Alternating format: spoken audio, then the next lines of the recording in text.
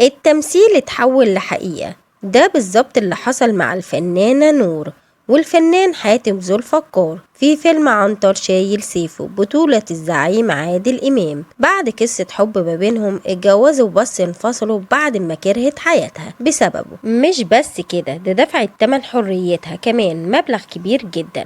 تعالوا نعرف ايه اللي حصل ما بينهم وليه دفعت فلوس علشان تهرب من حياتها معاه. تابعونا لآخر الفيديو. أول مرة نور تشتغل مع حاتم ذو الفقار كان في بداية نجوميتها في فيلم عنتر شايل سيفه اللي كسر الدنيا وقتها.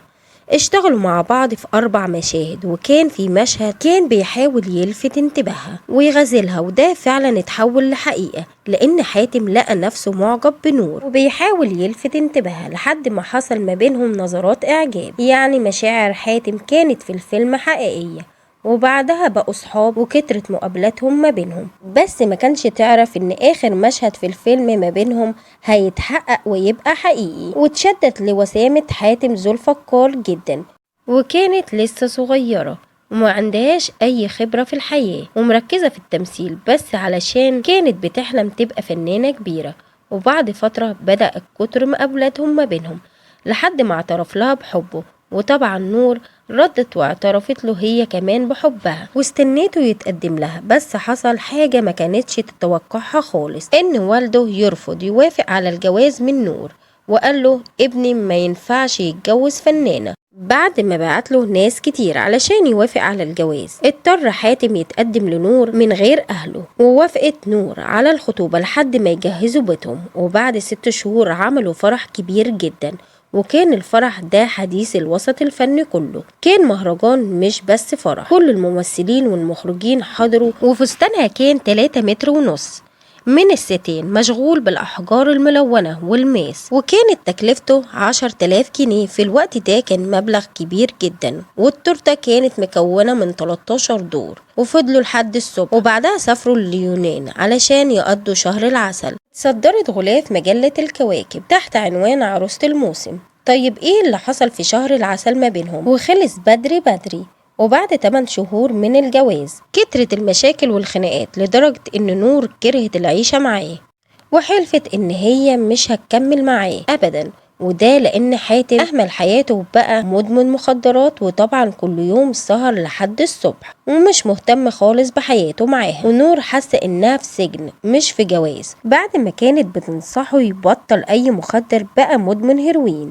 والإنسان اللي حبته وفضلته على كل اللي اتقدم لها بقى واحد تاني خالص. سلوكه اتغير وبقى بيشتم طول الوقت، متعصب، وهو بقى أسير للمخدرات. وبعد ما فكرت بعقلها قالت مستحيل أبو أولادي يكون مدمن مخدرات، وطلبت منه الطلاق. بس هو رفض. طلبت نور من جوز أختها نور الشريف إن هو يتفاهم مع حاتم ذو الفقار على موضوع الطلاق، بس للأسف حاتم رفض لأنه كان متمسك بيها، وقال لنور الشريف مستحيل أطلق نور. كمان اتدخلت الفنانة هند رستم علشان يطلقها، بس حاتم كان راكب دماغه في الوقت ده. حاتم ذو الفقار كان بيصرف كل فلوسه على المخدرات، وكمان ساب الشغل لدرجة انه كان بيعتذر عن اي عمل فني من غير ما يقرأ السيناريو. حتى نور بعتت له كل اصحابها وزمايلها الفنانين علشان يطلقها، بس هو برضه مش راضي لحد ما اتصل بنور الشريف في يوم وقال له انا موافق على الطلاق بس ليا شرطين. الاول انها تبريني من كل حقوقها، والشرط التاني انها تديني 30,000 جنيه. نور الشريف اتعصب جدا وقتها وقال له ايه اللي انت بتقوله ده؟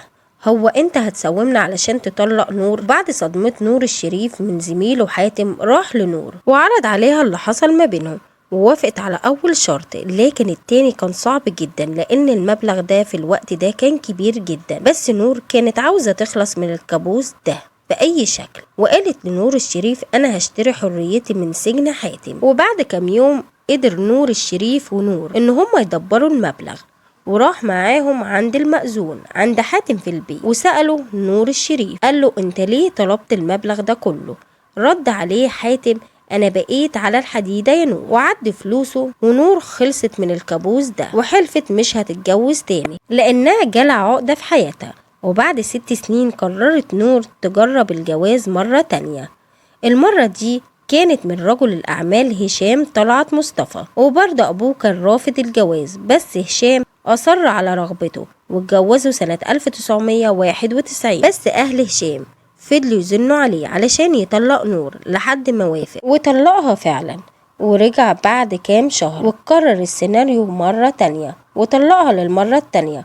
والغريب إنها رجعت له تاني لحد ما أبو هشام اتدخل بنفسه وهدده إنه يطلقها للمرة التالتة والأخيرة عند مأذون. وبعد فترة حاول يرجع بس هي رفضت وقالت له أنت تخليت عني 3 مرات فخلينا أخوات أحسن. بس للأسف هو ما فقدش الأمل وراح دار الإفتاء وقال لهم أنا طلقت نور تحت ضغط. بس طبعا رأي دار الإفتاء كان واضح وصريح جدا إنه لو حابب يثبت الكلام اللي حصل ده هيكون عن طريق المحكمة. بعدها رضي بالأمر الواقع.